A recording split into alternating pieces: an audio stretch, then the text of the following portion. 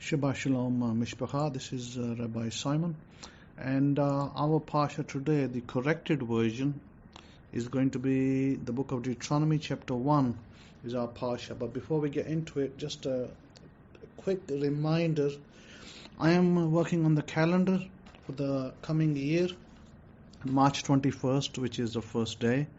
I'm working on the calendar this year myself, just to make sure that I root out all mistakes in the calendar and correct any errors regarding Parsha placement, and also days that are to be counted or not to be counted, and so on and so forth, and the festival dates. So that shall be made available.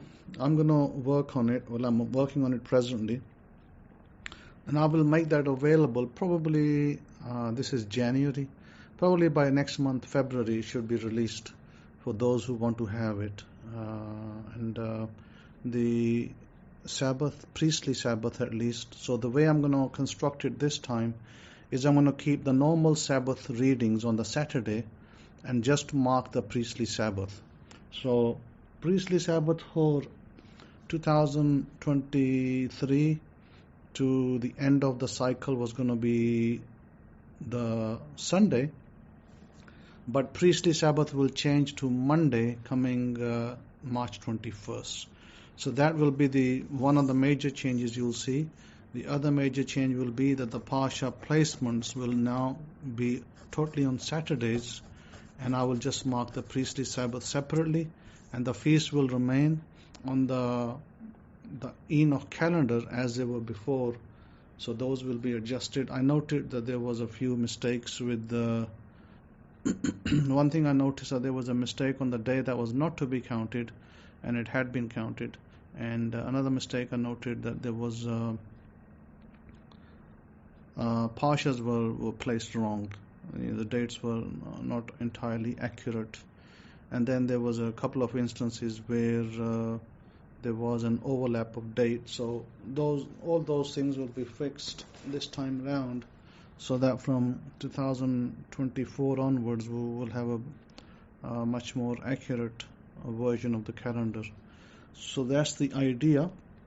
And the Parsha, now note on the world front, now I guess it's a good news.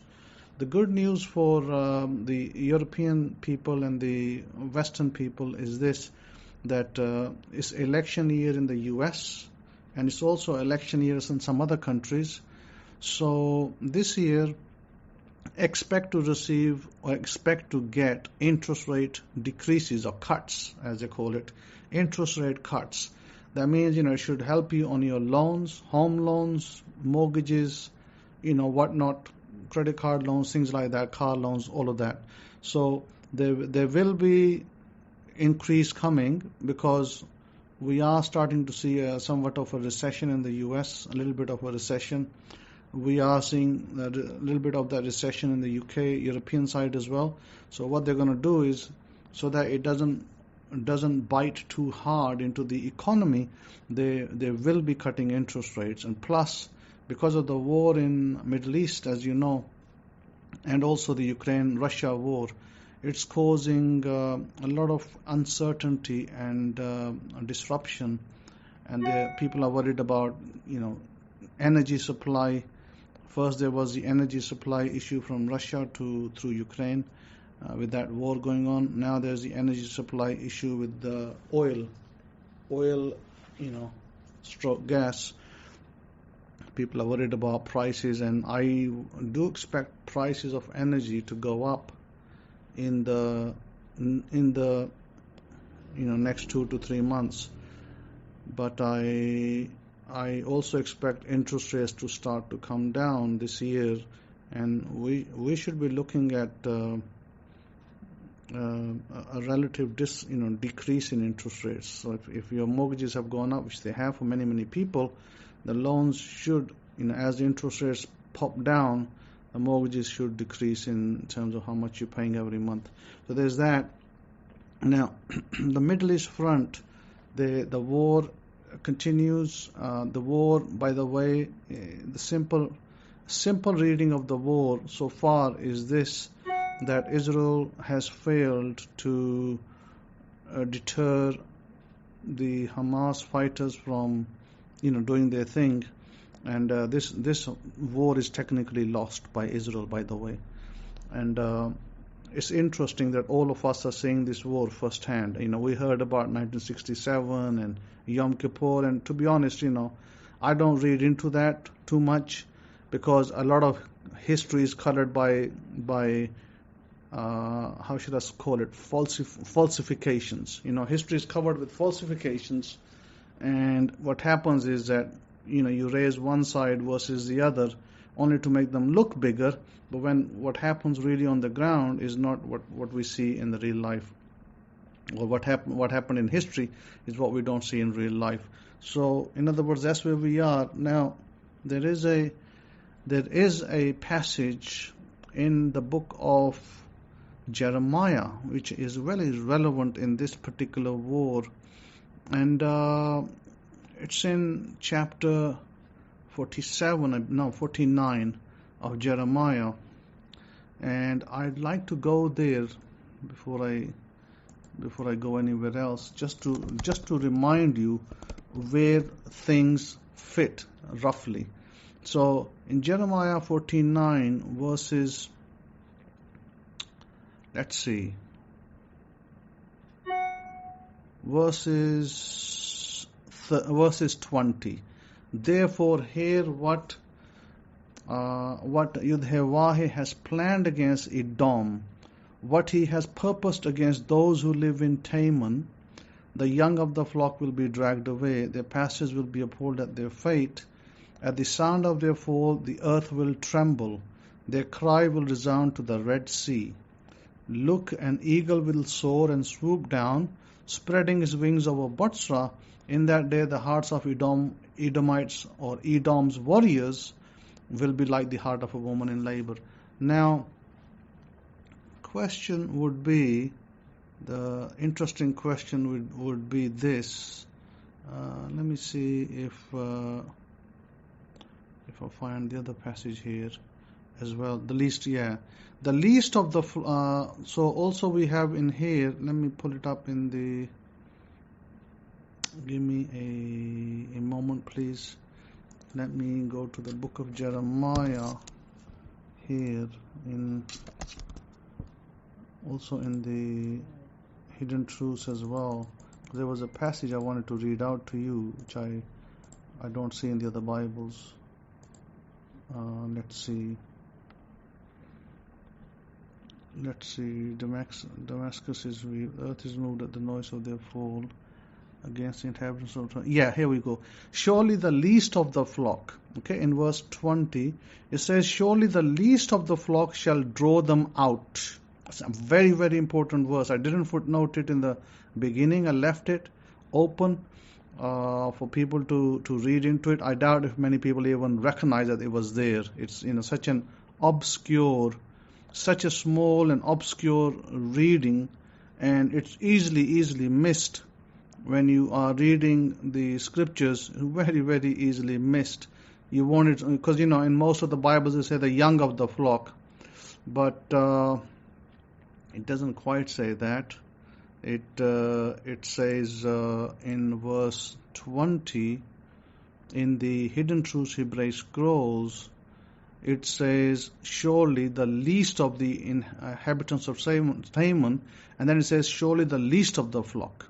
Now the inhabitants of Teman is northern Saudi Arabia basically, and surely the least of the flock. You know who the least of the flock are? Who draw them out? Draw who out? Who's drawing out Israel? Who's drawing out the world? This is Yemen. The least of the flock. Totally unheard of people. So Scripture is saying totally unheard of people you didn't even hear about. They're like nobody's out there. Nobody even knew who the hell they are, and yet they come out and they draw them out. And who's been drawn out? UK, United States, Germany, France. All of these so-called guys are coming out to fight against them, and they got everybody around the block basically. Somebody who you thought as insignificant has turned up at the door and said, "Here we are, come fight us, come prove yourself." So that's where we are in the Middle East. Lots of action going on. I suspect that the Yemen forces are not going to be easy to defeat, and they certainly are well equipped by their weapons, who are known as the Houthi fighters. You may have heard of that term. And you may have also heard that they are supported by Iran and other things like that. So that's where that war is. And who is Edom? Let me point out to you and those of you who have ears to hear, Edom is not Arabs. Okay? Edom is not Palestinians. So let's be very careful of how we read these things. I'm not going to spell it out over here, because it's not my business to spell it out in this particular instance, as this is public forum, and I am not going to make everything public. But know that what I said in the last few weeks is now in front of us. Okay, so with that was the current situation of the war going on over there. Now, I actually wanted to, I want to look at the Parsha a little bit as well, the book of Deuteronomy. As I said, that the Parsha placement was all wrong in the previous calendars of Enoch, which I'm going to fix it this time and make sure that they're at the right place. Now, chapter 1 says, "These be the words that Moses, spoke to all Israel on this side of the Jordan, in the wilderness, in the plain over against the Sea of Reeds, or Red Sea, between Paran and Tophel and Lavan and Chazaroth and Dizhav. There are 11 days' journey from Horeb by the way of Mount Seir, to Kadesh Barnea. And it came to pass in the 40th year, in the 11th month, on the first day of the month, that Moshe spoke to the children of Israel according to all that Yahoshua had given him in commandment to them, after he had slain Sihon the king of the Amori, which dwelt in Heshbon, and Og the king of Bashan, who dwelt at Ashtaroth in Idria." Now listen, this is something interesting for you to learn. Amori, or are known as the Amorites, these were people, by the way, who came out of India. They were metalsmiths. Now listen to this and note it in scripture. They were metalsmiths, okay?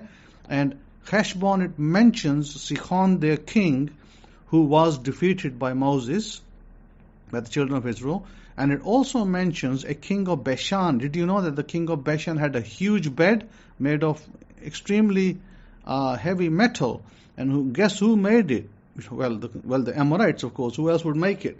So isn't that interesting that it's placing the passages so close to each other historically, and to try to teach you something which most people won't even know, because they don't know who the hell are Amorites and where they came from and what they're doing.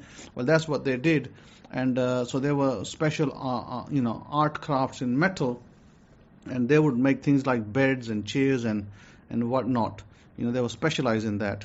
So it then says, it mentions that on this side of the Jordan, in the land of Moab, began Moses to declare this Torah. In other words, Torah, our teachings, our way of living, was being dictated and preached by Moses on this side, meaning before we even entered Israel.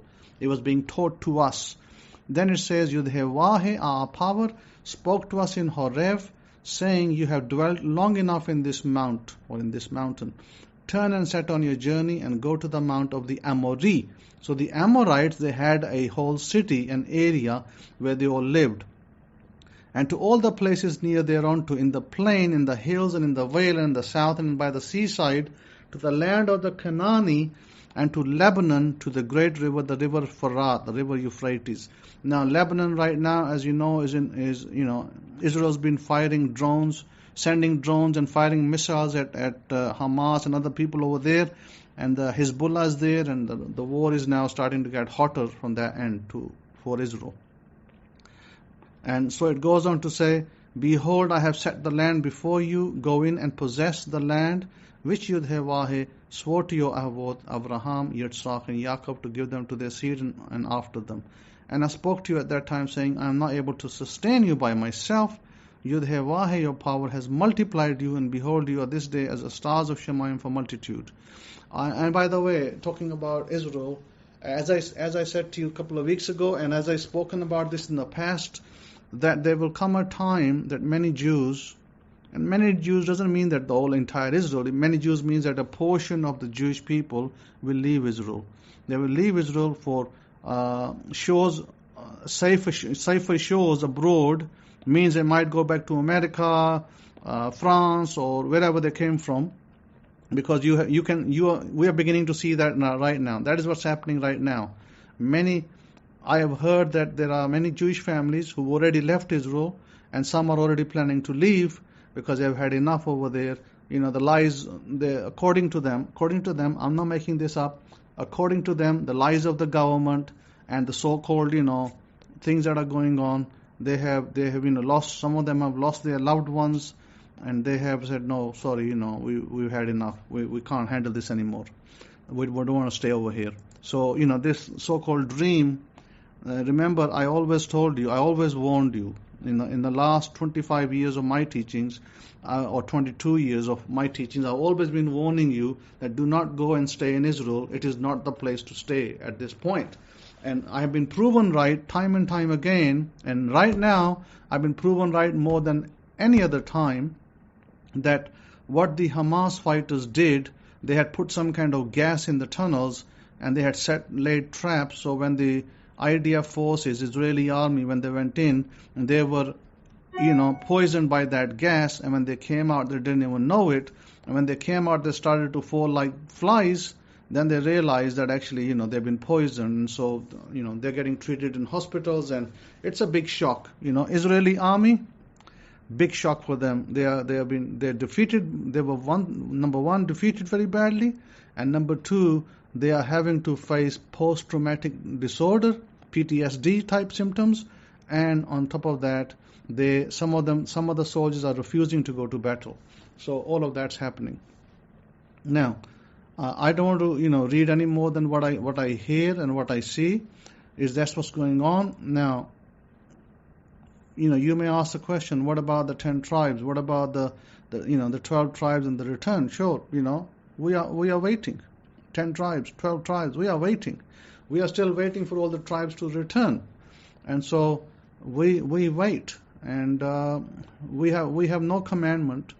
There is no command in the Torah that says that I have to or you have to go and fight a war over there with the Gentiles. There's no command that says that, by the way. So until God takes us, we wait in peace. We wait in peace. We pray. We give thanks to the God of Abraham, Isaac, and Jacob, and we wait. And this is what we're doing. So that's the Parsha. Interesting, isn't it? That's mentioning the names of places which are right now in the focus of the news. And it goes on to say that Yudhevahe Elohim of your Ahavot, your fathers, make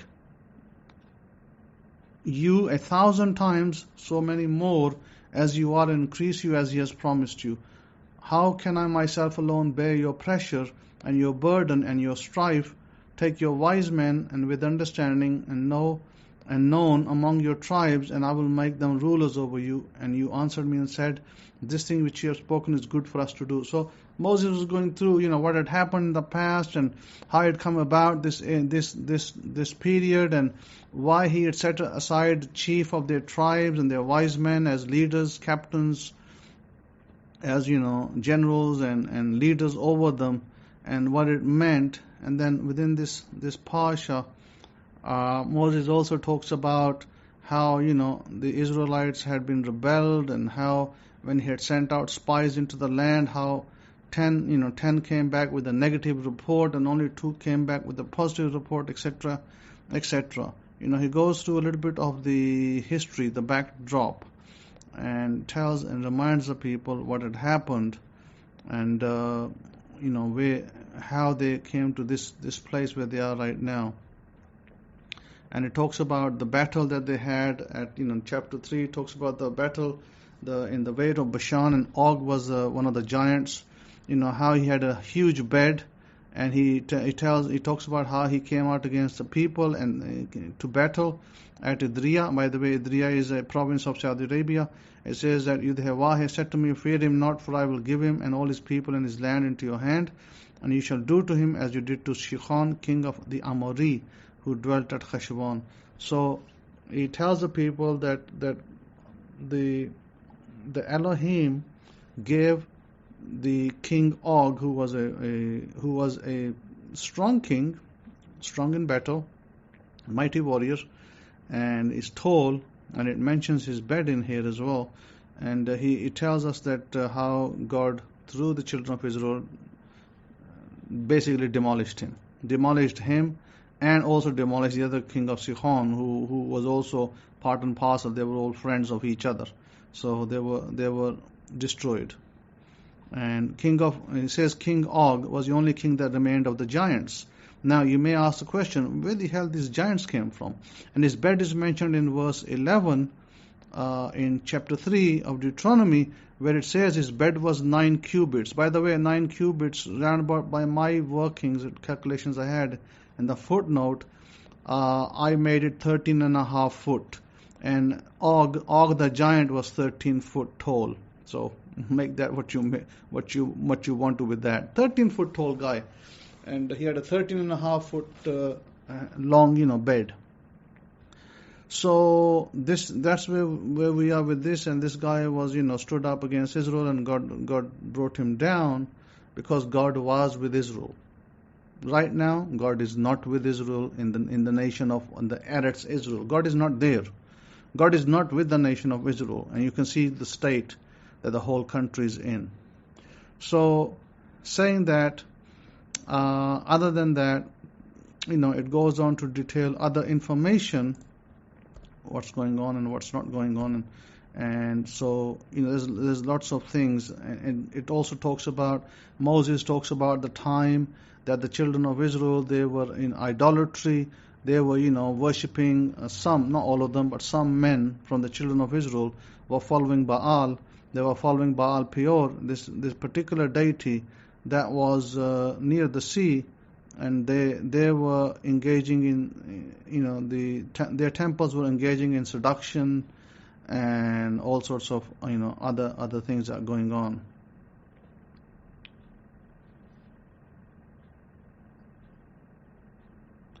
Those kind of things going on. So that's what this chapter speaks about. Chapter 3 of Deuteronomy, chapter 4, sorry, and then we have chapter 5. Chapter 5 also gives once again it gives the 10 Commandments, where it says, I am Yud-Heh-Vah-Heh, your power, who brought you out of the land of Mitzrayim, etc., and so on and so forth. So we go through the 10 commands, or the 10 commandments of God, and after that, we kind of come towards the end, or before we come to the end, I think we also have the Shema Yisrael, Yud-Heh-Vah-Heh Eloheinu Yud-Heh-Vah-Heh Echad, or Hashem Eloheinu Hashem Echad. Beautiful verse, that if you like to read it, by all means, do so in your own time. Let me see. Yeah, so that's that kind of, at the end of that, we conclude the Parsha. We, talk about the unmerited favor. We talk about the covenant, and God, reminds us. He says that through Moses, He reminds us, and know therefore that Yud-Heh-Vah-Heh, your power, He is Elohim, the trustworthy power, which keeps covenant, who guards covenant. Keeps meaning guards covenant. An unmerited favor. We don't get favor because we did something right. No, we have unmerited favor. We have unmerited mercy. And them that love Him and guard His commandments to 1,000 generations. God will, not only you, but your children and your children's children. God will, even because of your faithfulness to Torah, God will even look at your children and look out for your children's children. Isn't that amazing? How God, will not just for us, not just what I do over here or what you do over there, but God will even my children, your children's children down the line. Now He will remember that there was a man, there was a woman who was faithful to Torah, faithful to the commands, and God will even bless the children and the children's children. That's amazing, that's such amazing. And it says here, you shall therefore keep the commandments and the statutes and the judgments which I command you this day to do them. So because of this, He will love us to 1,000 generations. This is amazing. such an amazing, the words over here. So this is where we are presently. So I always encourage you. I'm always encouraging you to do the right thing, to do righteous things, to do righteous deeds, so that we are in the good eyes of the Elohim that we serve. We want to be in His good report. We want to be in His good eyes. We want to be upright people, so that He knows that we are doing our level best to uphold the commandments. Baruch Hashem. Now, with that, I wanted to, I had some questions or some discussions, and I wanted to kind of turn around and look at a little bit of what. Let me see if I can find the passage. There was a discussion between me and my friend of mine we were discussing a chapter in Matthew 19, and it was speaking about where Jesus, Yeshua, where He turns around and tells His disciples not to prevent the children from coming up to Him. And basically the Bible speaks about a period, a time when His disciples, are asking Him certain questions about a man and a woman, a husband and wife, and so on and so forth. And then, abruptly, speaking about there are some eunuchs who were born from their mother's womb, and some eunuchs who were made eunuchs by men, and there are eunuchs who have made themselves eunuchs for the kingdom of heaven's sake. He that is able to receive it, let him receive it. Then he suddenly changes the subject and says, then there were those brought unto him little children, that he could put his hands on them and petition for them or pray for them. And the disciples rebuked them. But Yeshua, Jesus, said, stop not the little children, permit them, forbid them not, and let them come unto me, for such is the kingdom of heaven. So the question that was asked to me is what is this? Who are these children? Or what does this mean? Permit the little children, and the kingdom of heaven is theirs. So we do not look at everything as literal. Note that there are many passages in the scriptures, in the Bible, both in the New Testament and in the Tanakh, in the Hebrew Bible, that are spoken symbolically speaking.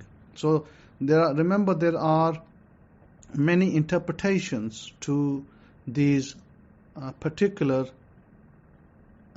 teachings, and we cannot always. Yes, sometimes we do look at straight a numerical reading, or a what we call a pashat, literal reading.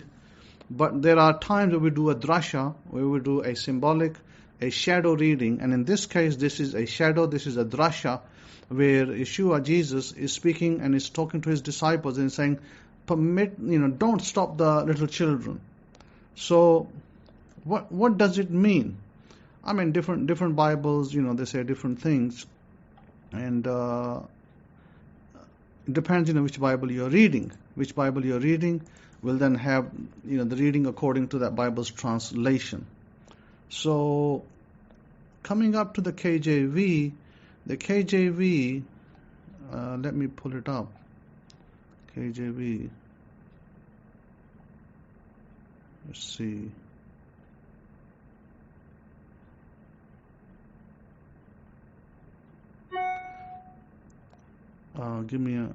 So the KJV also says that, but Jesus said, suffer little children and forbid them not to come unto me, for such is the kingdom of heaven. Now, what does that mean? Permit the little children to come. What do you mean that that's exactly the question that was asked me. What do you mean that the kingdom belongs to? Are you saying that the kingdom belongs to the children and not to the adults? That the children, because it belongs to the children, therefore they can come on to. Jesus is saying, let the children come on to me. Stop putting them away, because the kingdom, heaven, belongs to people like these, or children like these. So the answer is no. It is not talking about children. This is a drasha. A drasha means it's a symbolic reading, and it's saying, hey, let's look at this. It says there are some little children who brought to him so that he might lay his hands on them and pray. What does laying your hands on something means? When we laid the hands on the lamb or the heifer or the bull, calf, when we laid the hands on the calf, the meaning was that God said to do, if we did any transgressions, any sins, any violations of Torah, we will lay our hands on them. So in this case, laying of the hands means that you are putting your sins, technically sins. So what is sin? Sin is missing of the mark. So what is missing of the mark over here referred to? It means little children, so let them come on to me. What is Jesus? So we're going to take Jesus symbolic. Jesus is symbolic for your imagination. If Jesus is a symbolic term for your imagination, at this point, don't take him as a person. So this is the drasha, the allegoric explanation. If Jesus is symbolic for imagination, meaning that he is the almighty power, or God in this case, if you want to like it to that, and that God is within you. That is your imagination. So if that is your imagination, what is little children? Now let the little children come unto me, for heaven belongs to them. In other words, all good things, all manifestations come out of heaven. So what is little children? Little children are your desires. They are your desires. Maybe you want a car, maybe you want a house, maybe you want money, maybe you want a business, maybe you want great health. So, great relationship. All of these things are little children. They are desires. A child is a desire. So when Jesus is saying, let it come onto the imagination. What is imagination? It's your consciousness. What is a consciousness? Consciousness, as I said, we convert it into drasha. Yeshua, Jesus becomes consciousness. Consciousness becomes your, kingdom of heaven. Kingdom of heaven is where all good things issue out of. So if all good things come out of the kingdom of heaven, therefore, whatever desire that you have, some of you may desire to have a car, a home, a house, and or could be other things, material objects. So you bring it to your imagination. You bring it to your imagination, and you either close your eyes and you go into a meditative state, and you imagine you having that. Now that's where Jesus' other wordings comes in, where Jesus says that which you want, believe that you already have it. So how do you believe that you already have it? Well, if you close your eyes and you look that you already have what you desire, it means that you're already the owner of. So it means that you have already birthed it. So how do you birth something? Well, through the kingdom of heaven. Where's the kingdom of heaven? It's connected through your brain. So if the kingdom of heaven is connected through your brain, and if you're going to believe that you already have it, then it will be produced forth. So that little child will become an adult, and an adult will be your actual manifestation. So your manifestation, your desire, as I said to you many times before, and in 2024, I need not remind you that if you imagine that you had $3 million in your account, and you open the app, you open your bank app and you look, and your bank app shows you, you got $3 million. Now, when you close your eyes, you imagine that you already have the $3 million. Not that you have to go out and get it from somewhere. It's already there. It's sitting in your bank, so you have to accept it. So believing is another terminology for accepting it. So you accept it. That's also feeling. So when people talk about having a feeling, it means having an acceptance of that which you want. So when you accept that you have $3 million, now you open up your banking app and you look, and you see the $3 million there, the balance, and you say, okay, wonderful, I have the $3 million. Now you should be asking yourself the question. What is your question? You ask yourself the question, now that I have the $3 million, how do I feel? Okay, how do you feel you have the $3 million? So that will be a question that you should be asking yourself every day. Every day you should be asking yourself this question at least 5-10 times a day. I have $3 million in my account already. How do I feel? So what does that mean? How do I feel? It means For instance, what would be a feeling? A feeling would be like you're grateful, you are in peace, you have buying power, you can, purchase any item that you desire, maybe purchase a car, maybe purchase clothes, maybe purchase electronic items, anything. So that is what I mean by feeling in this instance. And the question you ask yourself is, how do I feel? And the answer that you give is what is the answer that you give? Well, some of you will give thanks. You will say, thank you, thank you, Abba, thank you that you've given me this money. And some of you will say, thank God that I have this money so I can go and pay my bills. Some of you will say, thank God I have this money, I'm going to go and make some investment. So this is why what you're doing when you're doing that exercise, so this is the second part of the exercise now. Remember, in 2023, I gave you the first part of the exercise for you to believe that you have $3 million. And the second part is this. You're going to ask yourself the question, now that I have the $3 million, how do I feel? And when you have this, how do I feel? And like I said, you have to ask this question more than one time a day. During the day when you're sitting down, ask this question, 7, 8, 9, 10 times to yourself, and you give yourself an answer. I feel great, I feel wonderful, I feel happy, I feel elated, I'm so grateful that God has given me this. So the more thanks you give, the more chances you get of bringing that money into your accounts. Because what you're doing is you're preparing, you're opening up your understanding, your consciousness. And your consciousness is going to bring that money. God basically is going to bring that money into your life when you allow yourself to believe that you have. In other words, you have to give it birth. And once you conceive something and you accept that you conceived it and you're giving it birth, then you accept that you have it, that you already given it birth. So when you accept it that you already given it birth, then you're giving thanks about it, and what happens is that the barrier between your brain, between us and God, becomes shorter and shorter.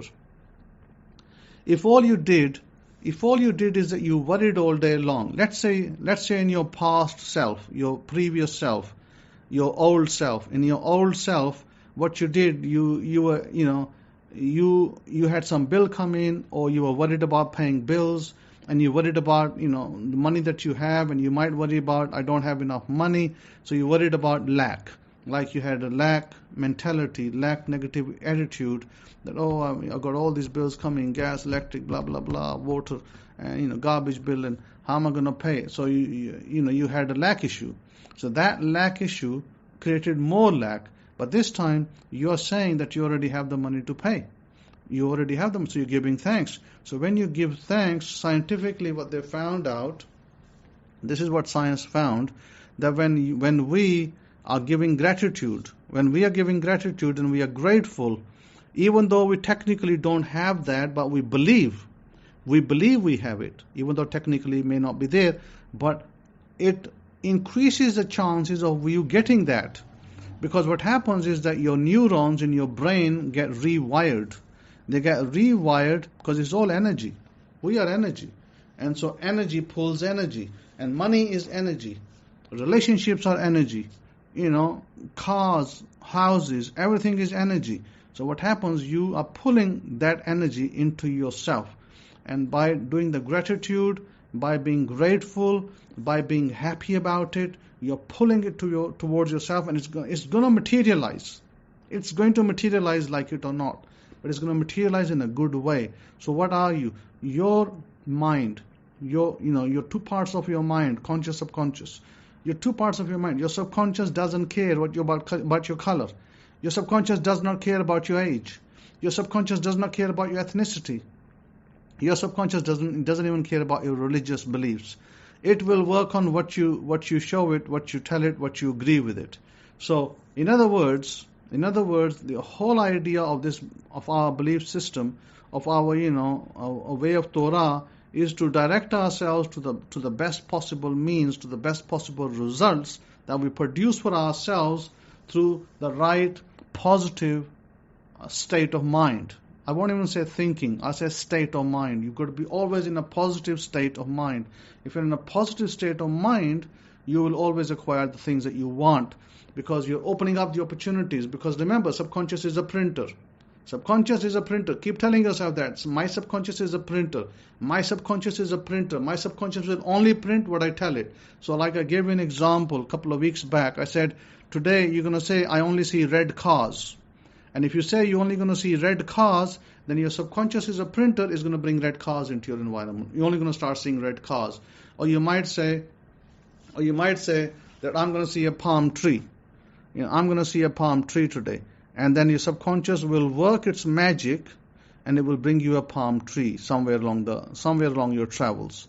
So start to believe, start to teach yourself that you have that money in your account. Give it birth. You're conceiving a desire, that sum of money. Now it's time to give it birth. How do you give it birth? By believing that it's already there. That's your feeling. Feeling is that you believe it's already there in my account. And if you start to believe that, then the money will appear. It's only a matter of time. It's only a matter of time. And how it comes out, we don't know, and we don't care. How God decides to send it, we don't really worry about that. Now, coming to the end of the lecture, I will also mention this, that there is a particular program that is being done by some company. And I haven't told you about this before, but I'm going to only mention it in passing. It's an digital marketing type program. I've given it to maybe 2 or 3 of my students to test it out, to try it, to make sure that it is worthy to mention, and I believe it has merit. I do believe it has merit. And those students are going to test it out, try it, but it will take 6 to 8 weeks to get to grips with, and then to make an assessment of its rating. So what I will do, I won't give it to all of you at this point, but I'll just tell you that there is a program that's being tested, and if that program works, then it will help you generate more money for yourselves. Okay, so maybe we'll talk about that another time. But just to give you an idea that yes, there is a particular program that some of my students are looking at, and if it proves to be worthy, which I personally believe it is, what I have seen so far of it, so then I will be able to give you a good report on that. So in the meantime, I like to thank you for listening to my lecture. I want to wish you a happy Sabbath in this 2024. I want to also wish you a happy new year to all of you that I didn't speak to earlier. And those of you who are listening offline, or maybe listening publicly, who maybe don't know me directly, I want to bless you with a happy new year. And may the God of Abraham, Isaac, and Jacob, may He bless you all. May He keep you safe in this year, and He bless you abundantly and tremendously, and protect you and keep you healthy and safe. So with that, have a wonderful Sabbath. Shabbat Shalom, and Shalom Shalom to you.